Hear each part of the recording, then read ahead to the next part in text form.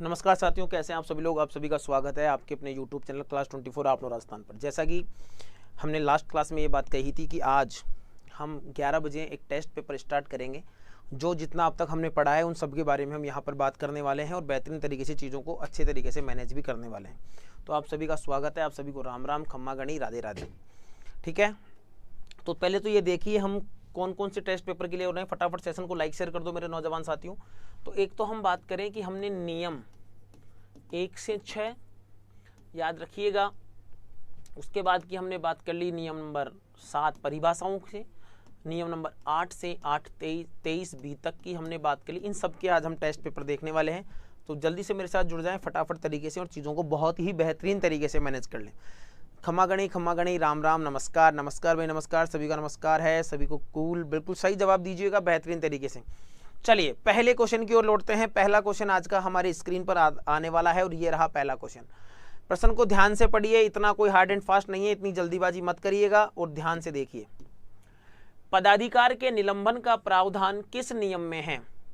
पदाधिकार के निलंबन का जो प्रावधान है वह किस नियम में है, जल्दी से बताइए। पदाधिकार के निलंबन का जो प्रावधान है वह कौन से नियम में है? नियम नंबर 17, नियम नंबर 18, नियम नंबर 19 और नियम नंबर 20। पदाधिकार का निलंबन, हाँ, पदाधिकार का जो निलंबन है वह कौन से नियम में है? पदाधिकार का निलंबन, हाँ, जल्दी से बताइए। तो नियम नंबर 17, नियम नंबर 18, नियम नंबर 19 और नियम नंबर 20। पदाधिकार का स्थानांतरण, पदाधिकार का स्थानांतरण कौन से नियम, पदाधिकार के निलंबन का प्रावधान किस में है बताइए। हाँ, तो इसका सही जवाब है नियम नंबर 17। नियम नंबर 17 में पदाधिकार का निलंबन है। नियम नंबर 18 की अगर हम यहां पर बात करने की कोशिश करें तो यह कहता है पदाधिकार का समाप्त करना। पदाधिकार का समाप्त होना, क्या होना? पदाधिकार का समाप्त होना हमें क्या कहता है? नियम नंबर 18 हमें पदाधिकार के समाप्त होने की जानकारी देता है। पदाधिकार का स्थानांतरण भी होगा। पदाधिकार का क्या होगा? पदाधिकार का स्थानांतरण भी होगा, याद रखिएगा। शायद से उस राज्य सरकार कर सकती है हित में पदाधिकार का स्थानांतरण, पदाधिकार का हस्तांतरण, पदाधिकार का जो हस्तांतरण है वह भी इसी से संबंधित है। ठीक है, नियम नंबर 20 हमने भैया कर्मचारी का ही ट्रांसफर कर दिया है। हमने किसका ट्रांसफर कर दिया है? हमने तो भैया मेरे नौजवान साथियों, हमने तो कर्मचारी का ही ट्रांसफर कर दिया है, यानी कि राज्य कर्मचारी का स्थानांतरण, राज्य कर्मचारी का हस्तांतरण, राज्य कर्मचारी का हस्तांतरण। तो पदाधिकार का निलंबन नियम नंबर 17 में, पदाधिकार समाप्त हो गया, ठीक है, उसको हटा दिया। पदाधिकार का समाप्त होना नियम नंबर 18 को रिलेट करेगा। पदाधिकार का हस्तांतरण करना, पदाधिकार का क्या करना? हस्तांतरण या स्थानांतरण करना, सॉरी, स्थानांतरण यह किससे संबंधित है? यह नियम नंबर 19 को रिलेट करता है। और नियम नंबर 20 हमें बताता है कि वो किसकी जानकारी देता है? नियम नंबर 20 राज्य कर्मचारी का हस्तांतरण, यानी कि राज्य कर्मचारी का स्थानांतरण नियम नंबर 19 के समान। किसके समान? नियम नंबर 19 के समान।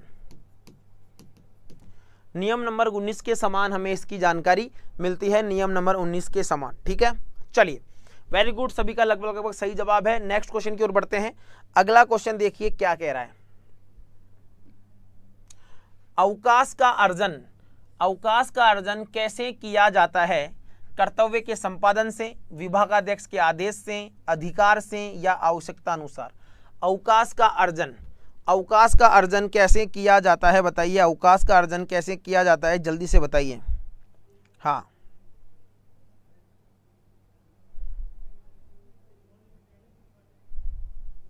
हाँ, अवकाश का जो अर्जन है वो किस प्रकार किया जाएगा?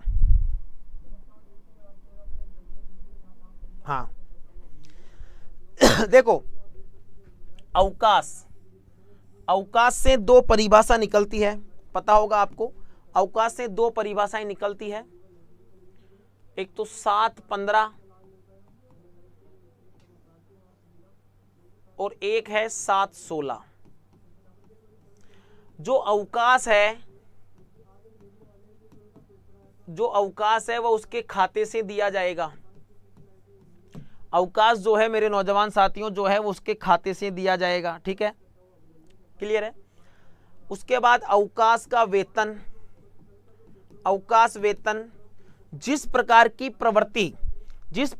प्रवृत्ति से अवकाश लिया गया है, जिस प्रवृत्ति का अवकाश लिया गया है उसी प्रकार का अवकाश वेतन होगा।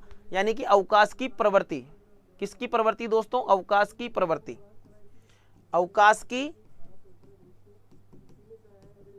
प्रवृत्ति। तो अवकाश की प्रवृत्ति के आधार पर लिया जाएगा, अवकाश की प्रवृत्ति के आधार पर।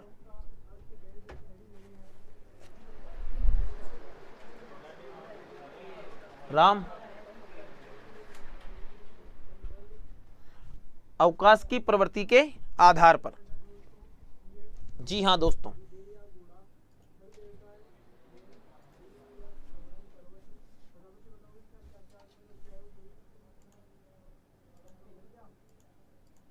चलिए, अवकाश की प्रवृत्ति के आधार पर किया जाएगा। किसके आधार पर किया जाएगा? तो ये दोनों चीजें सही है। कर्तव्य संपादन से, विभागाध्यक्ष के आदेश से, तो कर्तव्य के संपादन से अवकाश का अर्जन जो है वह कर्तव्य के संपादन से किया जाएगा दोस्तों। अवकाश का अर्जन जो है वह कर्तव्य के संपादन से किया जाएगा। ठीक है। हाँ, कुछ थोड़ा वो कैमरा हमें ऐसा कह रहा था कि नहीं भैया मैं तुमसे थोड़ा नाराज हूँ, मेरे को क्वेश्चन का जवाब नहीं आ रहा है, तो मैं थोड़ा अटक सा जाता हूँ। कोई ना, छोटी मोटी बातें चलती रहती है। ठीक है, चलिए, अभी मैंने सुना भी था बड़े बड़े शहरों में छोटी छोटी बातें होती रहती है। चलिए अगला प्रश्न देखिए, परिवीक्षाधीन। परिवीक्षाधीन से क्या तात्पर्य है? परिवीक्षाधीन से क्या तात्पर्य है? प्रशिक्षु, पार्ट टाइम सलाहकार, एक व्यक्ति जिसे किसी सेवा के संवर्ग में स्थायी रिक्त पद के विरुद्ध नियमित रूप से चयन कर नियुक्त किया जाता है। यानी कि ये भी सही है। और दूसरा एक कंडीशन कि स्थायी नियुक्ति के तौर पर, स्थायी नियुक्ति के तौर पर प्रारंभिक 2 वर्ष हेतु अस्थायी रूप से, किससे दोस्तों? अस्थायी रूप से उसे नियुक्ति दी जाती है और फिक्स्ड मानदेय उसे दिया जाता है, फिक्स्ड मानदेय दिया जाता है। परिवीक्षाधीन। ठीक है, नियम नंबर 8 परिवीक्षाधीन। ठीक है, नियम नंबर 8A, नियम नंबर 8 है नियुक्ति के समय आयु, नियुक्ति के समय आयु क्या होगी? और नियम नंबर 8B कहता है नाम में परिवर्तन। क्या कहता है दोस्तों? नाम में परिवर्तन की बात करेगा। किसकी बात करेगा?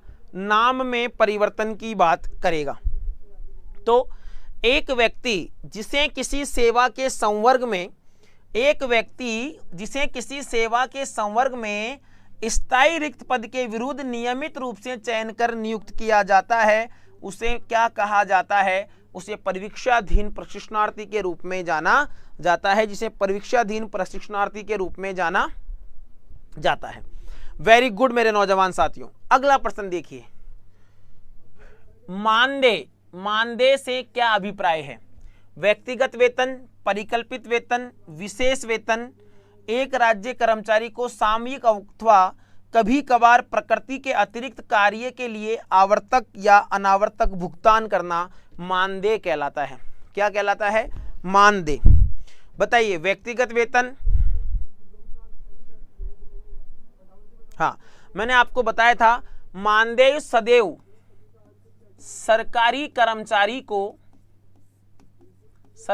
कर्मचारी को अतिरिक्त सामयिक कार्य करने पर मानदेय दिया जाता है। मानदेय की परिभाषा की भी मैंने आपको बताई थी नियम नंबर 7 में। मानदेय की जो परिभाषा है वो है 7-13 में। मानदेय की परिभाषा किसमें है दोस्तों? मानदेय की परिभाषा 7-13 में दी गई है। मानदेय की परिभाषा 7-13 के तहत दी गई है। हाँ,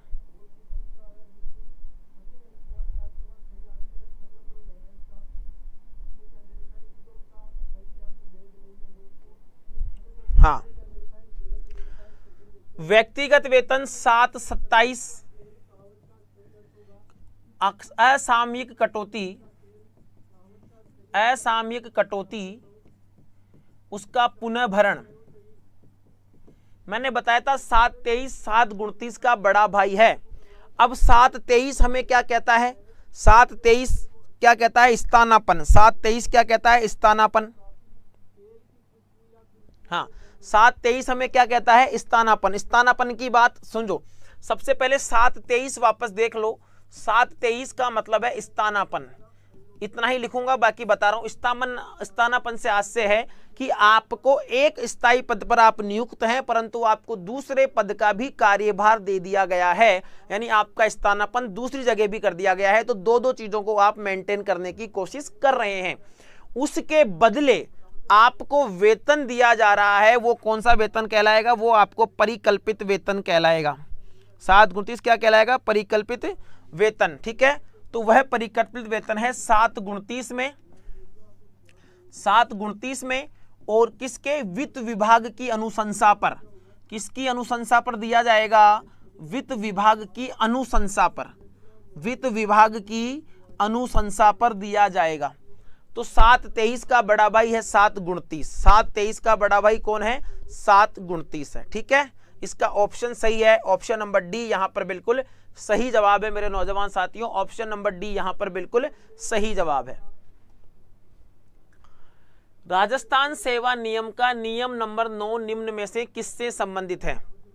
हाँ, राजस्थान सेवा नियम का नियम नंबर 9 निम्न में से किससे संबंधित है। नाम में परिवर्तन से। नाम में परिवर्तन, नियुक्ति पर स्वास्थ्य प्रमाण पत्र, जन्म तिथि और पदाधिकार। बताइए। हाँ,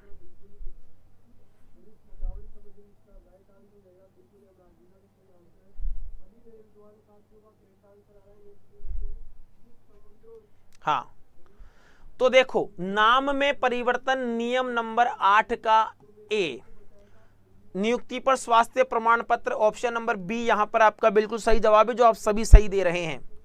जन्म तिथि / आयु अगर मैं यहां लिख दूं तो 8B। पदाधिकार की बात करूं, नियम 15, एक स्थायी पद पर इसका एक स्थायी पद पर एक स्थायी व्यक्ति का ही पदाधिकार होगा, नियम नंबर 15। इससे पहले नियम नंबर 14 आता है, वो भी बड़ा इंटरेस्टिंग है। एक पद एक व्यक्ति, एक पद एक व्यक्ति। क्या दोस्तों, एक पद एक व्यक्ति की बात यहां पर की गई है, एक पद एक व्यक्ति। तो याद रखिए, नाम में परिवर्तन 8A की बात कर रहा है। नियम नंबर 9 हमें कहता है नियुक्ति के समय स्वास्थ्य या चिकित्सा प्रमाण पत्र आपके पास होना चाहिए। नियम नंबर 9, 8, 9, 10, 11, 12। ठीक है, जन्म तिथि और पदाधिकार। अगले क्वेश्चन पर बढ़िए। स्वास्थ्य प्रमाण पत्र प्रस्तुत करने से मुक्त किए गए राज्य के कर्मचारी कौन कौन हैं। स्वास्थ्य प्रमाण पत्र जिनके लिए आवश्यक नहीं है, स्वास्थ्य प्रमाण पत्र की आवश्यकता नहीं है। स्वास्थ्य प्रमाण पत्र से छूट, स्वास्थ्य प्रमाण पत्र से छूट किस किस को दी गई है। उच्च सेवा का एक राज्य कर्मचारी जो 3 माह से कम अवधि के लिए अस्थायी रूप से रिक्त पद पर नियुक्त किया गया हो, जो किसी प्रतियोगी परीक्षा के माध्यम से चयनित हुए हैं और उनका मेडिकल परीक्षण हो गया हो, राजस्थान पुलिस ले लें, जो सेवानिवृत्ति के तुरंत बाद नियुक्त किया गया हो, उपरोक्त सभी। नियम नंबर बताइए, नियम नंबर 12 और सबको कर दो बरी 12। तो नियम नंबर 12 हमें यह कहता है,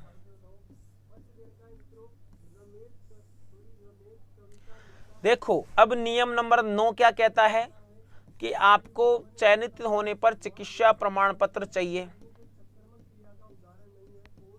10 कहता है भैया उसका प्रारूप क्या होना चाहिए। 11 हमें कहता है हस्ताक्षर या प्रति हस्ताक्षर, हस्ताक्षर या प्रति हस्ताक्षर की बात करेगा। नियम नंबर 12 हमें कहता है स्वास्थ्य प्रमाण पत्र से मुक्त किए गए राज्य कर्मचारी कौन कौन हैं। क्लियर है। कोई उच्च सेवा का राज्य कर्मचारी हो जो 3 माह से कम के लिए प्रतिनियुक्ति पर हमारे पास आया हो अस्थायी रूप से, जो किसी प्रतियोगी परीक्षा के माध्यम से चयनित हो, उनका मेडिकल परीक्षण हो गया हो, जो सेवानिवृत्ति के तुरंत बाद नियुक्त किया गया हो, जो सेवानिवृत्ति के तुरंत बाद क्या किया गया हो, नियुक्त किया गया हो। ये सारी बातें आपको यहाँ पर याद रखनी है। ठीक है, क्लियर है यहाँ तक सभी को? चलिए बढ़ते हैं आगे। पदाधिकार के मौलिक सिद्धांत क्या हैं? पदाधिकार के मौलिक सिद्धांत क्या हैं? समझिए। मौलिक सिद्धांत, पहला सिद्धांत, एक समय में एक स्थायी रूप से रिक्त पद पर 2 या 2 से अधिक कर्मचारी की नियुक्ति स्थायी रूप से नहीं की जा सकती। पहला कथन, एक कर्मचारी किसी एक ऐसे पद पर स्थायी रूप से नियुक्त नहीं किया जा सकता जिस पद पर किसी अन्य व्यक्ति का पदाधिकार हो। डन। तीसरा, एक कर्मचारी एक ही समय में 2 या 2 से अधिक स्थायी पदों पर एक साथ स्थायी रूप से नियुक्त नहीं किया जा सकता। नियम नंबर 15, पदाधिकार एक स्थायी पद पर एक ही व्यक्ति होगा। सिंपल सी बात कही है कि एक स्थायी पद पर एक ही व्यक्ति का पदाधिकार होगा। एक ही व्यक्ति का क्या होगा? पदाधिकार होगा। एक ही व्यक्ति का, एक ही व्यक्ति का क्या होगा दोस्तों? पदाधिकार होगा। समझिए, वापस पढ़िए। सही कह रहे हैं? पहला कथन देखते हैं सही है या नहीं है। कि साहब एक समय में वन टाइम एक स्थायी रूप से रिक्त पद पर 2 या 2 से अधिक कर्मचारियों की नियुक्ति स्थायी रूप से नहीं की जा सकती, अस्थायी रूप से की जा सकती है। तो ये सही है। डन। एक कर्मचारी किसी एक ऐसे पद पर स्थायी रूप से नियुक्त नहीं किया जा सकता जिस पद पर किसी अन्य व्यक्ति का पदाधिकार हो।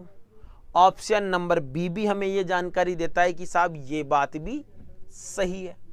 तीसरा, एक कर्मचारी एक टाइम पर एक ही समय में 2 या 2 से अधिक स्थायी पदों पर एक साथ स्थायी रूप से नियुक्त नहीं किया जा सकता। तो भैया ऑप्शन नंबर जो सी है वो भी हमें सही जानकारी दे रहा है। ऑप्शन नंबर जो सी है वो भी हमें सही जानकारी दे रहा है। ऑप्शन नंबर डी जो है वो यहां पर बिल्कुल परफेक्ट आंसर है। ऑप्शन नंबर जो डी है वो यहां पर बिल्कुल सही, शानदार और सटीक जवाब है। चलिए नेक्स्ट क्वेश्चन पर आइए। राजस्थान सेवा नियम भारतीय संविधान के किस अनुच्छेद के अंतर्गत बनाए गए हैं? राजस्थान सेवा नियम भारतीय संविधान के किस अनुच्छेद के तहत बनाए गए हैं? अनुच्छेद 305, अनुच्छेद 309, अनुच्छेद 310 और अनुच्छेद 312। बताओ, देखें जल्दी से बताओ किस अनुच्छेद के तहत अंतर्गत बनाए गए हैं? राजस्थान सेवा नियम भारतीय संविधान के किस अनुच्छेद के अंतर्गत बनाए गए हैं? जल्दी जल्दी लाइक शेयर करें फटाफट सेशन को, और फटाफट पीडीएफ के लिए Sanjay sir history Telegram channel को आज ही ज्वाइन कर लें। वहां पर आपको पीडीएफ प्रोवाइड हो जाएंगी। हाँ दोस्तों, क्लास डेली सुबह 11 बजे, जल्दी ही आपकी अकाउंट्स की थ्योरी क्लासेस भी मैं लेकर आ रहा हूं। तो घबराएं ना, चिंता से दूर रहें, मुक्त रहें और बस केवल पढ़ते रहें। तो ऑप्शन नंबर 309 जो है वो हमें क्या जानकारी देता है? ऑप्शन नंबर 309 यानी कि अनुच्छेद 309 के अंतर्गत भारतीय संविधान में राजस्थान सेवा नियम के अंतर्गत बनाए गए हैं। राजस्थान सेवा नियम किन कर्मियों को शासित करते हैं? राजस्थान के जो सेवा नियम है वह किन कर्मियों को शासित करते हैं? राज्य की सेवाओं में जो कर्मचारी हैं उन्हें शासित करते हैं। पद नियुक्त कर्मचारी, जो किसी पद नियुक्ति कर्मचारी उन्हें करते हैं। व दोनों को करते हैं, इनमें से किसी को भी नहीं करते हैं। हाँ जी बताइए, राजस्थान सेवा नियम किन कर्मियों को शासित करते हैं? राज्य की सेवा करने वालों को, पद नियुक्त कर्मचारियों को, व दोनों को, इनमें से किसी को भी नहीं, इनमें से कोई नहीं जवाब होगा। हाँ बताओ। तो इसका सही जवाब है राज्य सेवा नियम में इन प्रकार के कर्मचारियों को शासित किया जाता है। राज्य की सेवाओं एवं पद नियुक्त कर्मचारी जो होते हैं वो राजस्थान सेवा नियम आरएसआर के कर्मियों के रूप में क्या होते हैं? शासित होते हैं। ए व बी दोनों यहां पर बिल्कुल सही है। ऑप्शन नंबर ए व बी दोनों यहां पर बिल्कुल सही जवाब है। Option number A and B. Rajasthan सेवा नियम किस तिथि से अधिसूचित किए गए? राजस्थान सेवा नियम किस तिथि से अधिसूचित किए गए? अधिसूचना जारी की गई, अधिसूचित किए गए। राजस्थान सेवा नियम किस तिथि से अधिसूचित किए गए? 23 मार्च 1951, 23 मार्च 1952, 1 अप्रैल 1951, 1 अप्रैल 1952। बताइए राजस्थान सेवा नियम किस तिथि से अधिसूचित किए गए हैं? राजस्थान सेवा नियम जो हैं वो किस तिथि से अधिसूचित किए गए हैं? तो 23 मार्च 1951, 23 मार्च 1952, 1 अप्रैल 1951 और 1 अप्रैल 1952। जल्दी से बताओ क्या जवाब करेंगे आप? Very good very good very good, बहुत बढ़िया। क्या जवाब है भाई यहां पर सही? तो यहां पर सही जवाब है 23 मार्च 1951 से 23 मार्च 1951, 23 मार्च 1951 से आरएसआर के नियम जो हैं वह अधिसूचित किए गए हैं। ठीक है, चलिए अगला प्रश्न देखिए। राजस्थान सेवा नियम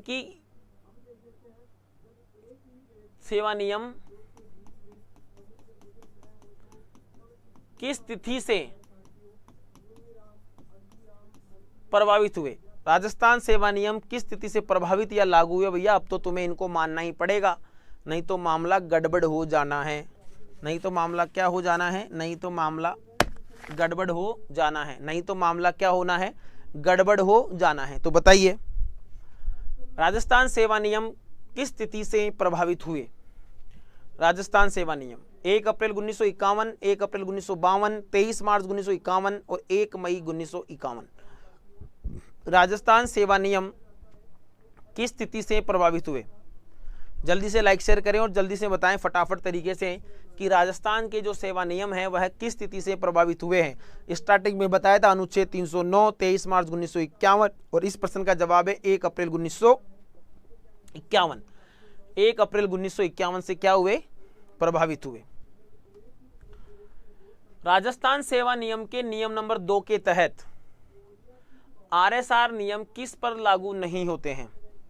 आरएसआर नियम आरपीएससी के अध्यक्ष व सदस्यों पर, आकस्मिकता मद से भुगतान प्राप्त करने वाले व्यक्तियों पर, राजस्थान उच्च न्यायालय के न्यायाधीशों पर, राजस्थान उच्च न्यायालय के न्यायाधीशों पर, केंद्र सरकार का कोई कर्मचारी है वह राज्य सरकार में 3 माह से कम के लिए प्रतिनियुक्ति पर आया है या अस्थायी रूप से आया है। 4 ऑप्शन बताइए। राजस्थान सेवा नियम के नियम नंबर 2 के तहत आरएसआर नियम किस पर लागू नहीं होते हैं? आरपीएससी के अध्यक्ष व सदस्यों पर, आकस्मिकता मद से भुगतान प्राप्त करने वाले व्यक्तियों पर, राजस्थान उच्च न्यायालय के न्यायाधीशों पर, उपरोक्त सभी। बताओ क्या जवाब होगा? जल्दी से बताओ फटाफट, लाइक शेयर करो दोस्तों। हाँ very good very good very good, बहुत बढ़िया।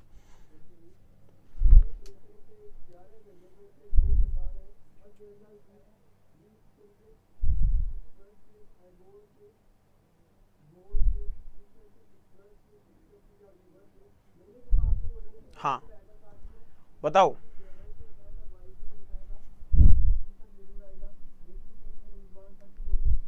चलिए क्लियर है। तो यहां पर है उपरोक्त सभी। नियम नंबर 2 में सभी के पर लागू होगा। आरपीएससी अध्यक्ष व सदस्य हों, आकस्मिक मद से भुगतान प्राप्त करने वाले व्यक्ति हों, राजस्थान उच्च न्यायालय के न्यायाधीश हों या कोई केंद्र सरकार का कर्मचारी है जो 3 माह से कम समय के लिए राजस्थान सरकार में अस्थायी रूप से नियुक्ति पर आया है, तो उसे यहां पर किया गया है। किसकी सहमति के बिना आरएसआर में निहित शक्ति व अधिकार को किसी अन्य को स्थानांतरित नहीं किया जा सकता? राज्य सरकार, गृह विभाग, वित्त विभाग या राज्यपाल? किसकी सहमति के बिना आरएसआर में निहित शक्ति व अधिकार को किसी अन्य व्यक्ति को या किसी अन्य को स्थानांतरित नहीं किया जा सकता है? बताओ किसके बिना? राज्य सरकार, गृह विभाग, वित्त विभाग, राज्यपाल? हाँ वेरी गुड।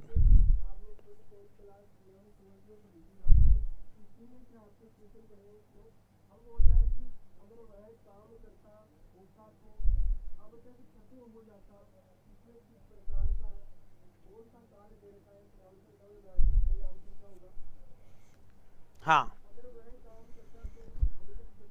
निहित शक्ति व अधिकार किसी अन्य को स्थानांतरित नहीं किया जा सकता। और राज्य सरकार के बिना। और ये याद रखिएगा जो ये नियम होते हैं, ये जो नियम है वो राज्यपाल के कार्यकारी आदेश होते हैं।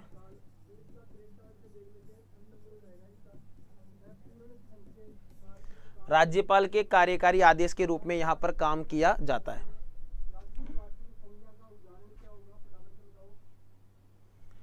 आरएसआर नियमों की व्याख्या का अधिकार किसके पास है? आरएसआर नियमों की व्याख्या का अधिकार नियम नंबर 6। आरएसआर नियमों की व्याख्या, अभी मैंने लास्ट क्वेश्चन में आपको कुछ हिंट दी है, अगर आपने उस हिंट को भली भांति समझ लिया है या उस हिंट को आपने भली भांति पकड़ लिया है, ठीक है, तो फिर बताइए आरएसआर नियमों की व्याख्या का अधिकार किसके पास निहित है? मुख्यमंत्री, मंत्रिपरिषद, राज्यपाल या मुख्य न्यायाधीश? देख लो मुख्य न्यायाधीश का पद भी। हाँ, आरएसआर नियमों की व्याख्या का अधिकार किसके पास निहित है? बताइए आरएसआर नियमों की व्याख्या का अधिकार किसके पास निहित है? जी हाँ, जल्दी से लाइक शेयर करें और फटाफट बताएं। तो आरएसआर नियमों की जो व्याख्या का अधिकार है वह राज्यपाल के पास निहित है। नियम नंबर 6 किसके पास निहित है? वह राज्यपाल के पास निहित है। चलिए, आरएसआर के किस नियम के तहत सरकार किसी अधिकारी या पदाधिकारी को अतिरिक्त या विशेष शक्तियां प्रदान कर सकती हैं? आरएसआर के किस नियम के तहत सरकार किसी अधिकारी या पदाधिकारी को अतिरिक्त या विशेष शक्तियां प्रदान कर सकती है? हाँ बताइए।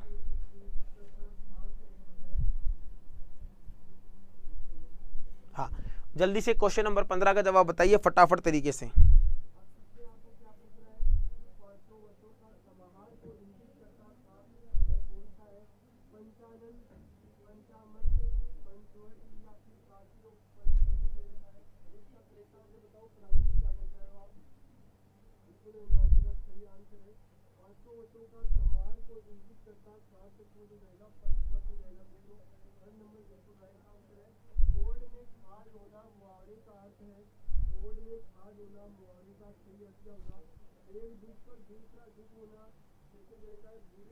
हाँ, किसी अधिकारी या पदाधिकारी को अतिरिक्त या विशेष शक्तियां प्रदान कर सकती है। नियम नंबर 3, 4, 5 या 6? नियम नंबर 3, 4, 5 या 6 कौन सा नियम होगा बताइए। हाँ, फटाफट से लाइक शेयर करो मेरे नौजवान साथियों। नियम नंबर 3, 4, 5 या 6, ठीक है।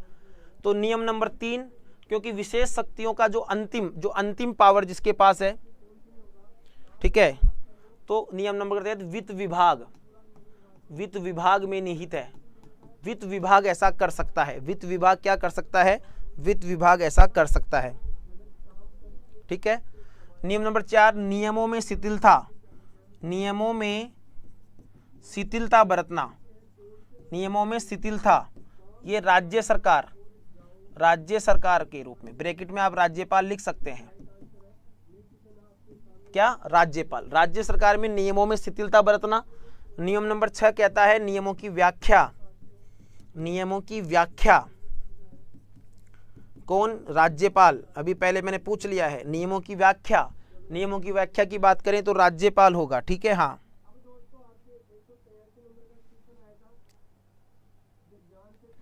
ठीक है। नियम नंबर 5, लोकहित में पारित आदेशों का रिव्यू यहां पर किया जाएगा। अगला प्रश्न देखिए, रूपांतरित अवकाश किस स्थिति से प्रभावी हैं? रूपांतरित अवकाश जो है वह किस स्थिति से प्रभावित हैं? रूपांतरित अवकाश किस स्थिति से प्रभावित हैं? जल्दी से बताओ, रूपांतरित अवकाश किस स्थिति से प्रभावित हैं?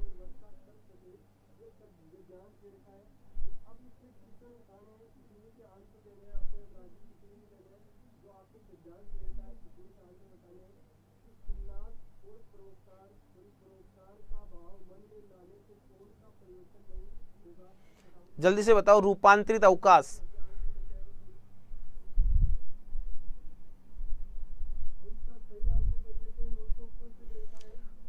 हाँ, 1 अप्रैल 1981, 1 अप्रैल 1982, 1 अप्रैल 1983 और 2002। तो रूपांतरित अवकाश प्रभावी है 1 अप्रैल 1983 से। 1 अप्रैल 1983 से रूपांतरित अवकाश जो हैं उन्हें प्रभावी किया गया है। नियम नंबर, क्वेश्चन नंबर नेक्स्ट, ऐसे भत्ते जो कर्मचारी को राज्य कार्य करने के बाद राज्य कार्य करने पर दिए जाते हैं।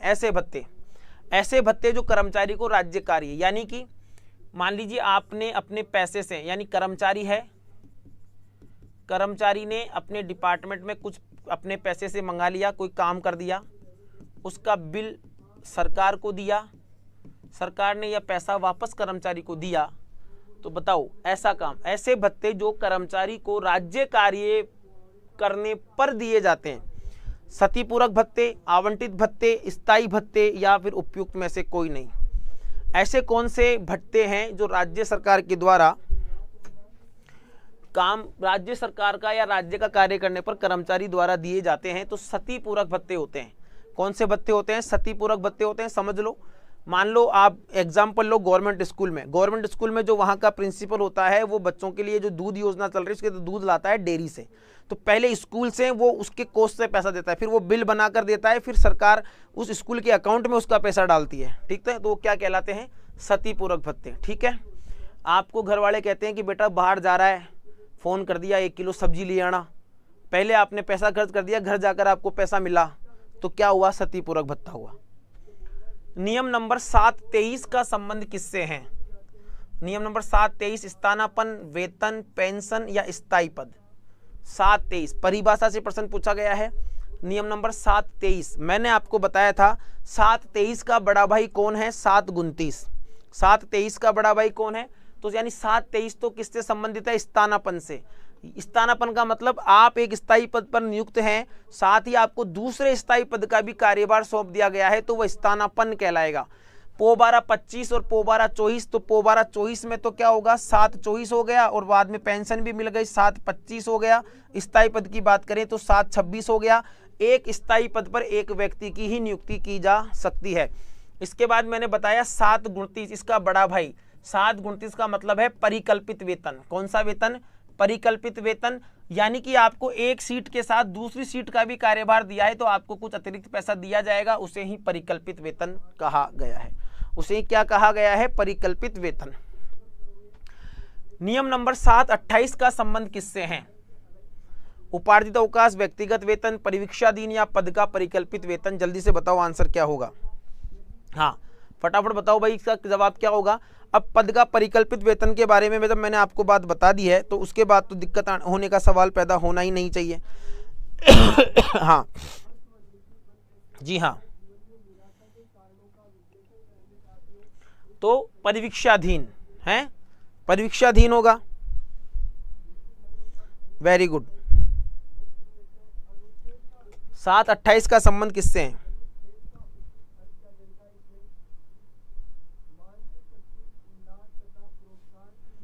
तो किससे है?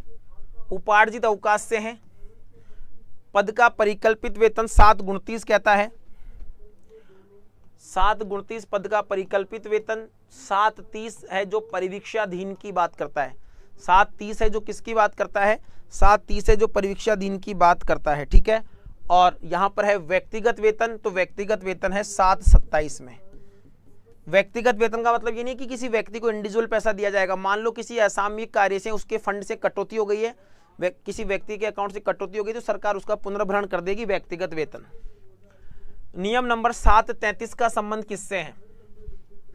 नियम नंबर 733 निर्वाह करवाया जाएगा। 733 का संबंध किससे है?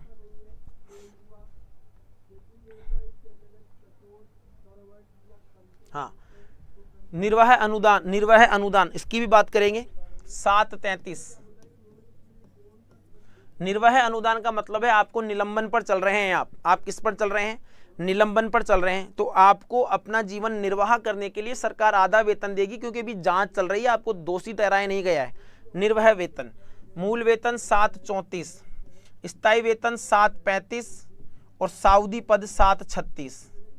ठीक है, चलिए। चिकित्सा या स्वास्थ्य प्रमाण पत्र का प्रारूप का संबंध किस नियम से है? चिकित्सा या स्वास्थ्य प्रमाण पत्र का संबंध किस नियम से है? बताओ। हाँ दोस्तों, फटाफट सेशन को लाइक शेयर करो, ज़्यादा से ज़्यादा। डेली सुबह क्लास होती है 11 बजे। हाँ दोस्तों, चिकित्सा या स्वास्थ्य प्रमाण पत्र का प्रारूप का संबंध किससे है? तो नियम नंबर 8, 9, 10 या 11, तो देखिए यहाँ पर नियम नंबर 8 बात करें परिवीक्षाधीन प्रशिक्षणार्थी,